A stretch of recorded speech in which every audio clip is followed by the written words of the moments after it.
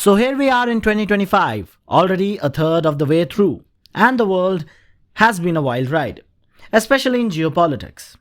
The Ukraine war has taken a massive turn, with once tight Biden-Zelensky alliance now completely falling apart. Trump is back in the White House, and it seems like everything is lining up just the way he wants it. Last week, things got intense when Zelensky had a pretty rough and embarrassing moment at the White House. Team Trump basically told Zelensky to be more grateful for the American support, but instead of playing along, he seemed to be looking to other ways to get what he needs. So Zelensky turned to Europe. While some of those allies stepped in to help, the details around their support are still pretty hazy. But here's the thing, Ukraine might be running out of lifelines. Team Trump seems to be 2 steps ahead, ready to shut down any secret funding channel before they even get going.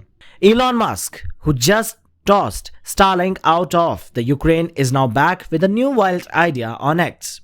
He suggests that a quick fix to the Russia-Ukraine war will be slapping sanctions on Ukraine's top 10 oligarchs. Yeah, you heard it right. As the head of the Department of Government Efficiency, Musk is still sticking to his stance against big foreign aid spending. Place sanctions on top 10 Ukrainian oligarchs, especially those with mansions in Monaco, and this will stop immediately. This is the key to puzzle. Musk tweeted in a response to Senator Mike Lee, who just called to an end to the US aid to Ukraine.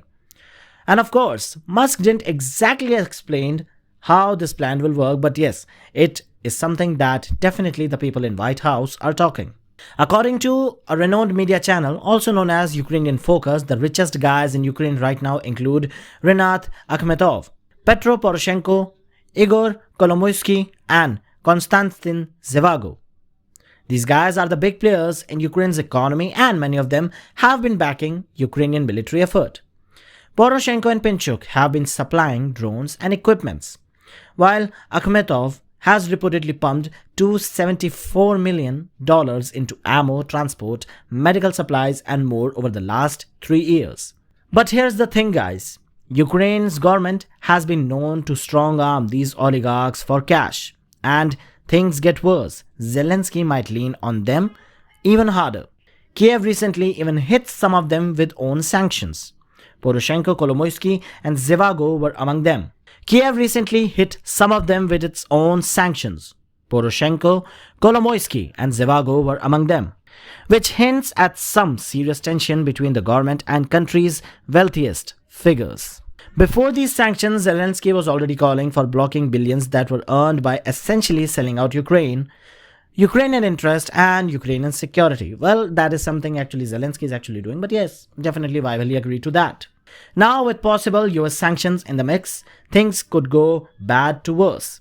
If these oligarchs get completely cut off, Kyiv might not have enough money to keep the war going. Meanwhile, Team Trump is playing it smart. They know exactly where to tighten the screws, and they are doing it methodically. By targeting Ukraine's financial backbone, the oligarchs, they're cutting off a major source of funding, making it harder for Kyiv to keep fighting. It's clear that the White House is taking a very different approach, one that is all about putting US interest first and keeping a tight grip on where the money goes. Make no mistake, the next few months are going to be very telling as this power game continues to unfold.